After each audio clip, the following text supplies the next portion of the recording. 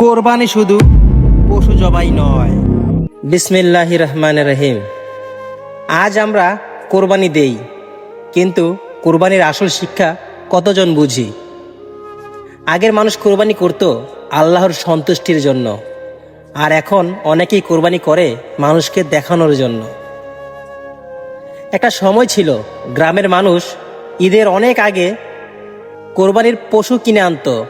কেউ গরু, কেউ ছাগল, কেউ বা খাসি। তারপর কি করতো জানেন? নিজের সন্তানের মতো যত্ন নিত, খাওয়াতো, গোসল করাতো, আদর করত। দিনের পর দিন একসাথে থাকতে থাকতে পশুটার প্রতি একটা মায়া জন্ম নিত। শিশুরা তাকে নাম ধরে ডাকত, বাড়ির মানুষ তাকে পরিবারের একটা অংশ মনে করত। তারপর যখন কোরবানি আসতো, তখনই সেই প্রিয় জিনিসটাকেই আল্লাহর সন্তুষ্টির জন্য ত্যাগ করত।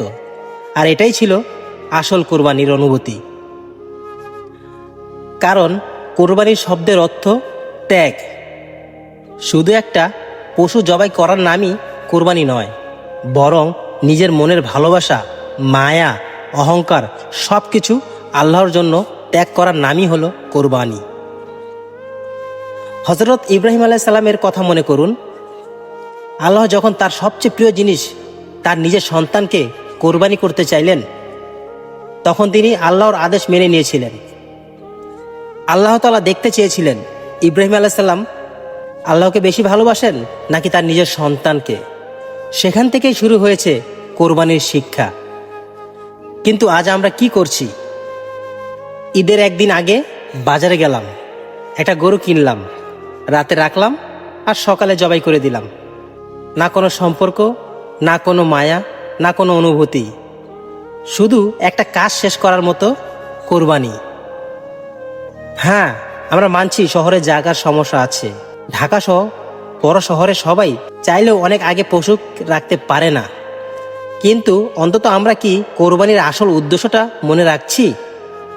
আমরা কি সত্যি আল্লাহর সন্তুষ্টির জন্য কোরবানি করছি, নাকি সমাজকে দেখানোর জন্য? আমার গরু এত বড় হবে, আমার কোরবানি এত দামি হবে। আজ অনেকের কাছেই কোরবানি ইবাদতের চেয়ে প্রতিযোগিতা বেশি হয়ে গেছে।